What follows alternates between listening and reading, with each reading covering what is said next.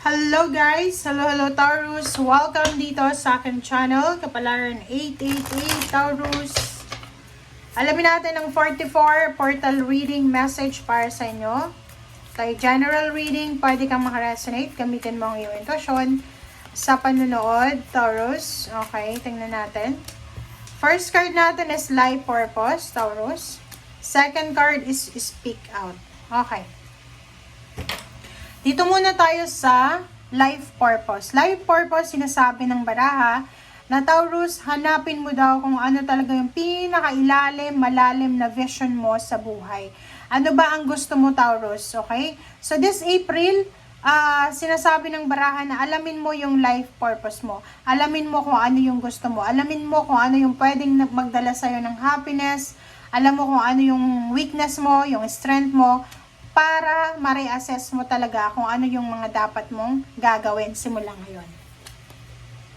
Okay, next card natin is speak out. Speak out, voice out, communicate, and solve the conflict. So, dito sinasabi, Taurus, na kung ikaw ay may pinagdadaanan na mga problema like conflicts or anything na hindi maganda, pag-aaway, misunderstanding, speak out, 'di ba? Sabihin mo, 'wag mong itago. Like dati, 'di ba? Dati parang kinikimkim mo lang yung nararamdaman mo. Dito hindi, sinasabi na communicate. Communicate, ayusin natin yung mga conflicts na 'yan. Speak out, sabihin kung ano yung dapat sabihin, ilabas yung dapat ilabas, huwag kimkimin. Okay? Okay, thank you, Taurus.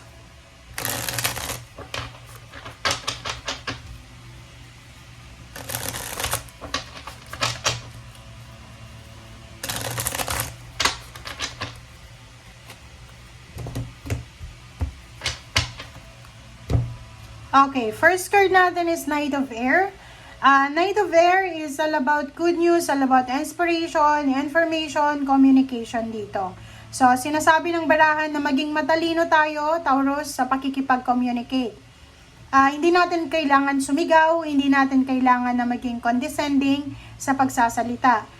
Dito sinasabi ng barahan na isang balita ang posibleng magdadala sa'yo ng determinasyon and motivation. Or kung ano man tong darating sa'yo, sinasabi na pwedeng magdala to ng determinasyon and additional motivation sa buhay mo. Next card is Page of Water. Makinig ka sa sinasabi ng iyong intuition. Doon sa mga Taurus, may mga taong pwedeng pumasok sa buhay mo. Pwedeng magdala sila ng rason para maging masaya ka, ng new beginnings. Pwedeng in terms of love life, pwedeng may mga magkakagusto sa'yo or magugustuhan ka. So, open your heart sa kung ano man to na darating sa'yo and makinig ka sa sinasabi ng iyong intuition. Next card is Lover. So, yun o, diba? Relationship, emotion, and choices. So, ihanda mo ang sarili mo kasi may mga unexpected relationships na pwedeng pumasok sa buhay mo.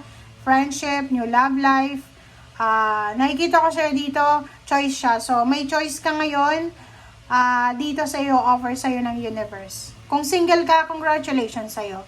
The Chariot, sinasabi ng baraha sa iyo na posibleng may travel plans ka, relocation, or anything na pwedeng magdala sa iyo ng victory, success, recognition, awards, rewards, and willpower. So, yung Chariot na to ay success siya. So, sinasabi ng baraha sa'yo, since love yung nakikita natin dito, kung ano man na love life yung magsisimula ngayong April, may asawa ka man or wala, or single, in a relationship, sinasabi na magpo-progress siya. Okay?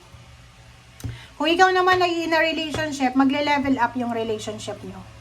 Okay, King of Water, so love life talaga to guys eh. Babae ka man or lalaki, pero literal na Taurus na babae to. Kung babae kang Taurus, isang water sign, Pisces, Scorpion, Cancer, ang posibleng pumasok sa buhay mo para manligaw, pwedeng siya yung pwedeng mong mapagkakatiwalaan, siya yung pwedeng darating sa buhay mo para bigyan ka ng kilig, 'di ba? Ng kadamay. Pwedeng dadamayan kanya sa kung ano man na pinagdadaanan mo. And Queen of Air, sinasabi ng barahan na nasa tamang tao ka. Wow!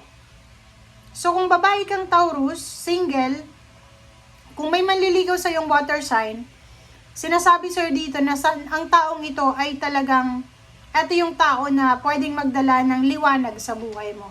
Talaga. Nako. Okay, so ito naman ay Knight of Water. Same din, no? Love life pa rin. Okay, sa mga babae talaga to na Taurus, sinasabi ng barahan na love life talaga to. May darating na tao, pwedeng competition to eh. Pwedeng dalawang lalaki ang papasok sa buhay mo para mag-offer ng love life. Sa lalaki na Taurus, hindi ko nakikita yung energy na to. Oh, 'di ba? So kung babae ka na Taurus, sinasabi na etong taong ito na papasok sa buhay mo, pwedeng dalawa sila. Isa sa kanila ay siya yung katuparan ng pangarap mo, yung parang ideal person, ideal love life. And pwedeng yung isa dito sa manliligaw mo na to or sa magkakagusto na to sa'yo, ay siya yung parang physically, pwedeng sobrang gwapo, pwedeng, eto yung isa naman is financially, yung parang siya yung pinaka pangarap mo, parang ganun. Gusto mo ng mayaman, gusto mo ng ganito, ganyan. Yung ibang Taurus naman dito ay posibleng may balita kang matatanggap, lalo yung mga lalaki na Taurus, this April regarding sa additional learning. So, kung gusto mong mag-aral ng lingwahe, mag-aral ng skills, may mga available na trainings or seminars para sa'yo. Relationship, family, may mga grudges ka, friendship, resentments, or anything na painful, dito sinasabi na you will have the endings or pwedeng may katapusan to eh. So, sinasabi ng barahan na may magtatapos. Pwedeng may mga relationship issues, may mga emotional issues ka na posibleng matapos na and makarecover ka and babalik ulit sa dati yung relationship mo.